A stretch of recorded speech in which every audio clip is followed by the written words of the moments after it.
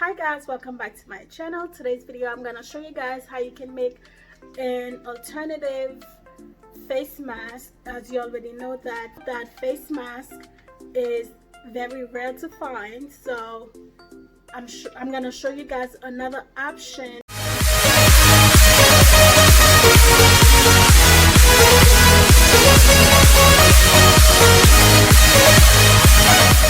You will need a shirt, a long sleeve shirt. You will need a washcloth, candle just to test to see if the filter is working.